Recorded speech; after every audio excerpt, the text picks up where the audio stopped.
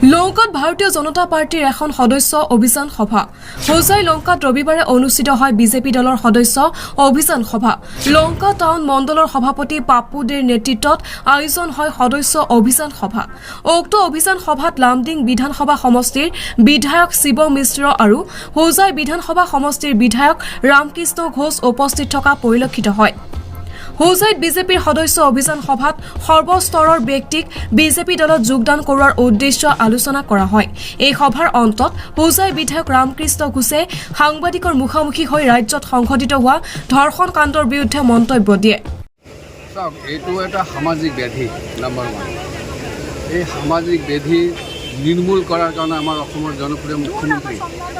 তেখেতে অহৰহ চেষ্টা চলাই আছে যাৰ কাৰণে এটা সময়ত বিল আনিছিলে পক্সো একটু ব্যৱহাৰ কৰিব লাগে কিন্তু বিৰোধিতা কোনে কৰিছিল কংগ্ৰেছে কৰিছিল বিৰোধিতা কোনে কৰিছিল ইউডিএফে কৰিছিল কিয় কৰিছিল আজি যেটো হৈছে এইটো দায়িত্ব ইহঁতে ল'ব না দায়িত্বটো ইহঁতৰ আমি কৰি আছোঁ আজি পশ্চিমবংগত কি হৈছে আপোনালোকে জানে গোটেই ভাৰতত এইটো এটা প্ৰভাৱ পৰিছে কিন্তু তাতে কি কৰে এছাম বিৰোধী দলৰ নেতাবিলাকে কয় ৰেপ কাণ্ডটো ভাল বুলি কৈছেনে নাই মুলায়ম সিং কোৱা নাই নেকি যে ল'ৰাবিলাকে অলপ ভুল চুল কৰি দিয়ে কিয় ক'ব লাগে এনেধৰণৰ কথা যাৰ কাৰণে এইবিলাক কাণ্ড প্ৰমোচন হৈছে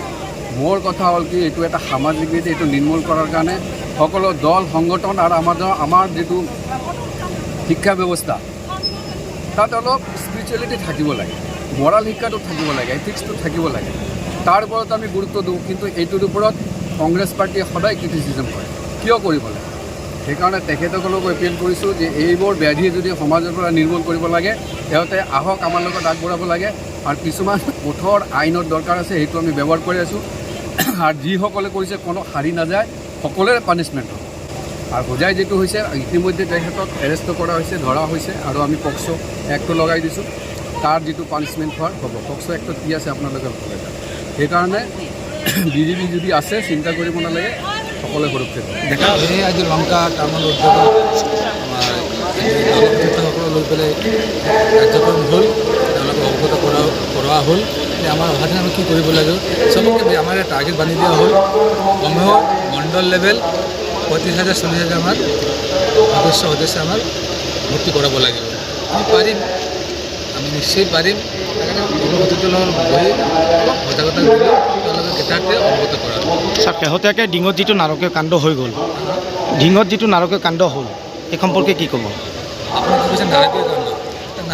নাৰকীয় কাণ্ড হয় হত্যা হ'ব লাগে নহয় জেল হ'ব লাগে ফাঁচি হ'ব লাগে গুলিয়াই দিব লাগে নাৰকীয়তা নাই তেতিয়াহ'লে মানুহ ৰূপে দান হ'ব বহু আজি যি কাৰ্যসূচী হৈছে আমাৰ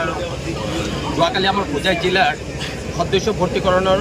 কৰ্মশালা হৈ গৈছে আজি প্ৰত্যেকটা মণ্ডলত হৈ আছে আমাৰ 2-3 দিন ধৰি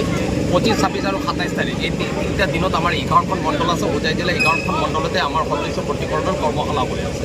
যিসকলক সদস্যক আমি বুথ পৰ্যায়লৈ আমি দায়িত্ব দিছোঁ সেইসকলক লৈ কৰ্মশালা কি ধৰণে আমি সদস্য ভৰ্তিকৰণ কৰা হ'ব সেই বিষয়ত আজি এই কৰ্মশালাৰ মণ্ডলৰ সভাপতি তথা আমাৰ যি জিলাৰ পৰা আমাৰ কানুৰঞ্জন দাস ডাঙৰীয়াক ইয়াত ইনচাৰ্জ হিচাপে দিয়া হৈছে সন্মানীয় বিধায়ক 2জন আহিছে সকলো থকা চেয়াৰমেন ভাইচ চেয়াৰমেন সকলো উপস্থিত কমিশ্যনাৰ সকলো আছে সকলো স্তৰৰ কাৰ্যকৰ্তা উপস্থিত আজি কৰ্মশালা হৈছে এই কৰ্মশালাৰ মাধ্যমেৰে আমি বুথ পৰ্যায়ত গৈ পেলাই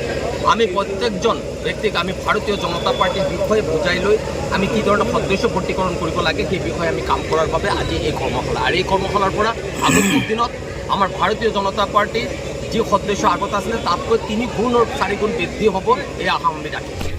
লংকাৰ পৰা ৰাজু দাসৰ ৰিপৰ্ট সুহানা লাইভ।